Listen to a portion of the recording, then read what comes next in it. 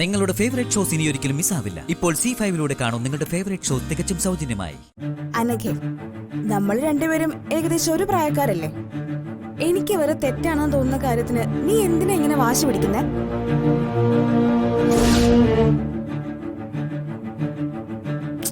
ഞാൻ പറഞ്ഞത് സന്ദീപേട്ടന്റെ കാര്യ.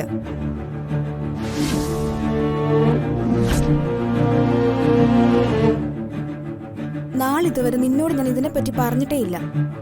സന്ദീപേട്ടന്റെയും മാതിരയുടെയും കാര്യം അറിയാവുന്നവരില് ഞാനും കൂടെ മുന്നേ ഉപദേശിക്കാനുള്ളൂ. ഇത്ര ആളുകൾ പറഞ്ഞിട്ടും നിനക്ക് എന്താ മനസ്സിലാവാത്തെ? ഇല്ലാത്ത സ്നേഹം പിടിച്ചു വാങ്ങാൻ നീ ചെയ്തതൊക്കെ എത്രയോ തരം താഴ്ന്ന കാര്യങ്ങളാണെന്ന് ഒന്ന് ഓർത്തു നോക്കി. ഇല്ലടി, തരം താണ കാര്യങ്ങൾ ഞാൻ ശരിക്കും ചെയ്തിട്ടില്ല.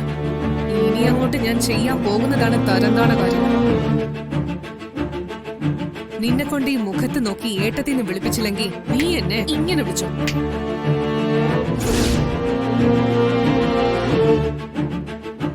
സന്ദീപിനെ കിട്ടാൻ വേണ്ടി ഞാൻ ഏതറ്റം വരെയും പോകും. അതിന്റെ ഇടയിലേക്ക് കയറി വന്നാണ്ടല്ലോ.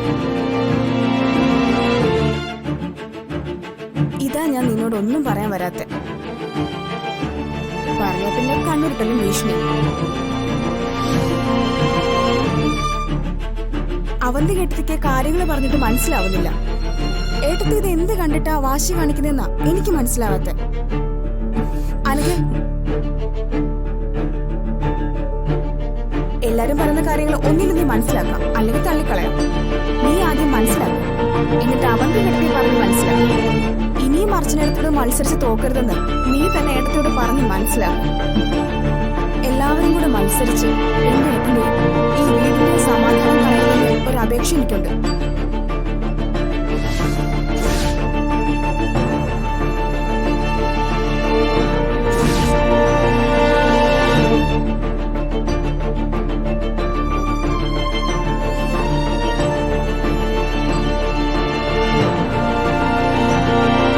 കഴിഞ്ഞോ നിന്റെ പ്രസംഗോപദേശമൊക്കെ? നിനക്ക് ഇത്രയും കാര്യങ്ങളൊക്കെ അറിയാമെങ്കിൽ നീ മോട്ടിവേറ്റ് ചെയ്യേണ്ടത് എന്നെ എവിടെയല്ല. നീ തങ്കത്തി പൊതിഞ്ഞ് മനസ്സിൽ കൊണ്ടു നടക്കുന്ന വേറൊരുത്തിയില്ലേ, അർച്ചന, അവളെയാ. മറ്റൊന്നും ഉദ്ദേശിച്ചല്ല. അന്നയ്ക്ക് കാര്യങ്ങൾ മനസ്സിലാവുകയാണെങ്കിൽ മനസ്സിലായിക്കോട്ടെ എന്ന് കരുതി ഞാൻ പറഞ്ഞേ ഉള്ളൂ. നീ ആരോട് ഇവളെ ഉപദേശിക്കാൻ?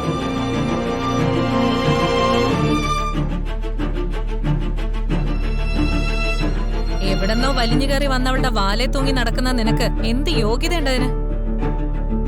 അവള് പറഞ്ഞു വിടുന്ന കാര്യങ്ങൾ അതുപോലെ ഇവിടെ വന്ന് പറയാൻ നിന്നാലുണ്ടല്ലോ. അച്ഛനടുത്ത് എവിടെന്ന് വലിഞ്ഞു കയറി വന്നാലും എന്റെ അടുത്ത് തന്നെ. അവന്തി അടുത്തിയ പോലെ തന്നെയാ എനിക്ക് അർച്ചനടുത്തി.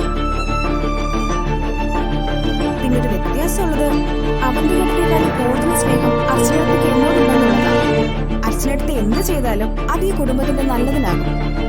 അതുകൊണ്ട് ഏത് കാര്യത്തിനും ഞാൻ അർച്ചനടുത്തിനൊപ്പം നിൽക്കുള്ളൂ.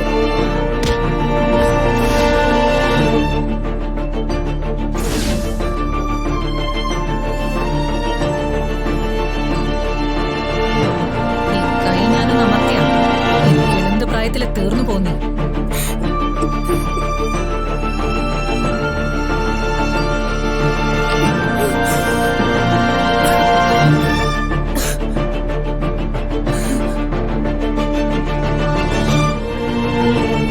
ഇനി ഒരു തവണ കൂടി എന്റെ മുന്നിൽ നിന്ന് എനിക്കിതിന് സംസാരിച്ചാലുണ്ടല്ലോ,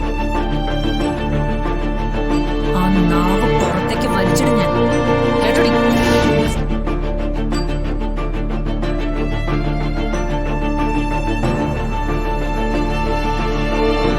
ഇനി ഇവിടെ ഇമാതിരി ഉപദേശം കൊണ്ടുവന്ന തലമുടിയെ ചുറ്റിപ്പിടിച്ച് ചുമരിലേക്ക് അടിച്ചേക്കണേ ഇവിടെ.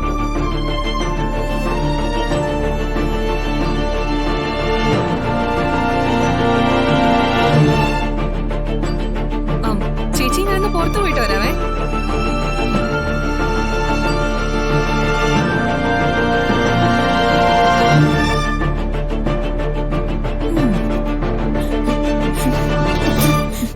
കാശ് വാങ്ങാനല്ല ഞാൻ വന്നത്. ഞാൻ പറഞ്ഞത് മനസ്സിലായില്ലേ? അനുപേട്ടൻ ചെല്ല്. ഇദ്ദേഹത്തിന്റെ പെട്ടെന്നുള്ള മനമാറ്റത്തിൽ കാലാവധി നീട്ടിത്തന്നാലും നാളെ ഒരു സമയം നമ്മൾ ഇതുപോലെ ഒന്ന് വിഷമിക്കേണ്ടി വരും. അതുകൊണ്ട് ഇന്ന് തന്നെ ആ കടവും തീരട്ടെ. നിങ്ങൾ എല്ലാരും ഞാൻ പറയുന്നത് കൂടെ ഒന്ന് മനസ്സിലാക്ക്. അനൂപ് എനിക്ക് തരാനുണ്ടായിരുന്ന മുതലും പലിശയും കിട്ടി.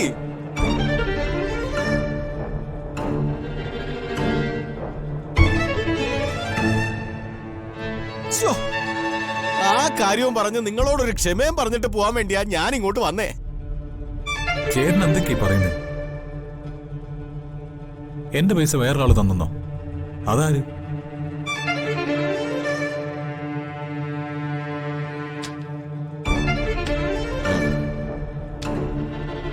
സാറിന്റെ ഭാര്യ ഏറ്റപ്പോ തന്നെ എനിക്കറിയായിരുന്നു ഇത് ഇന്ന് തന്നെ എന്റെ കൈ കിട്ടുമെന്ന്.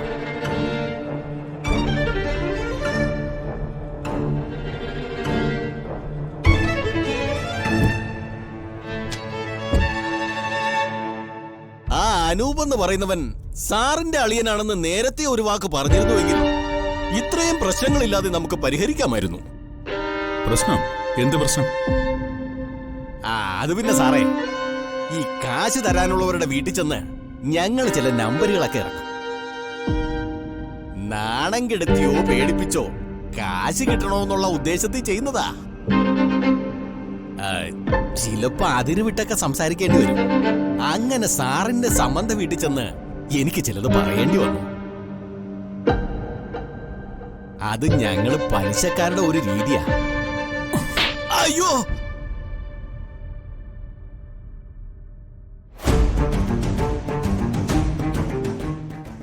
ഇത് എന്റെയും രീതിയാ. എനിക്ക് വേണ്ടപ്പെട്ടവരെ വേദനിപ്പിച്ച ഇങ്ങനെ ചെയ്യുന്നതാണ് എന്റെ രീതി. ഇപ്പൊ തന്നെ വൃന്ദാവനം വീട്ടിലേക്ക് ചെന്ന് ഇന്നലെ പറഞ്ഞതിനും കാണിച്ചതിനും ഒക്കെ മാപ്പ് പറഞ്ഞോണം. ശരി. പിന്നെ ഈ പണം ആര് തന്നെന്ന് ചോദിച്ചാ ഞാനാണെന്ന് പറയുകയും വേണ്ട, മനസ്സിലായോ? ഓ, കൂടുതൽ ആളുകളെ ബുദ്ധിമുട്ടിച്ച ഓപ്പറേഷൻ കുബേര എന്ന പേരിൽ അകത്ത് കിടക്കും താൻ.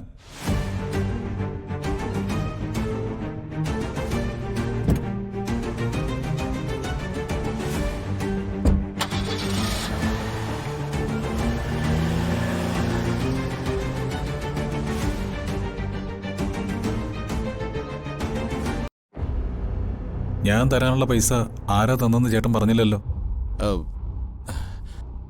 ആ രഹസ്യം ആരോടും പറയരുതെന്നാ തന്നയാള് പറഞ്ഞത്.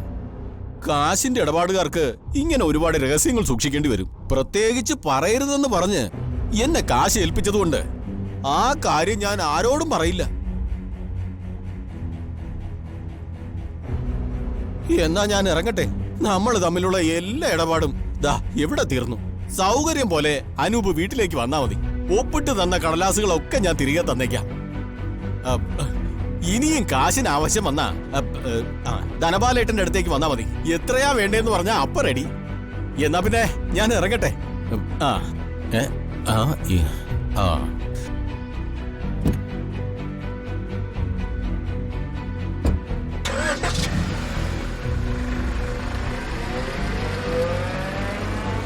എന്നാലും ആരായിരിക്കും നമ്മളെ ഇത്രയ്ക്കൊക്കെ സഹായിക്കാൻ? ഡൗൺലോഡ് ചെയ്യൂ C5 ആപ്പ്. കാണൂ എല്ലാ എപ്പിസോഡുകളും സൗജന്യമായി.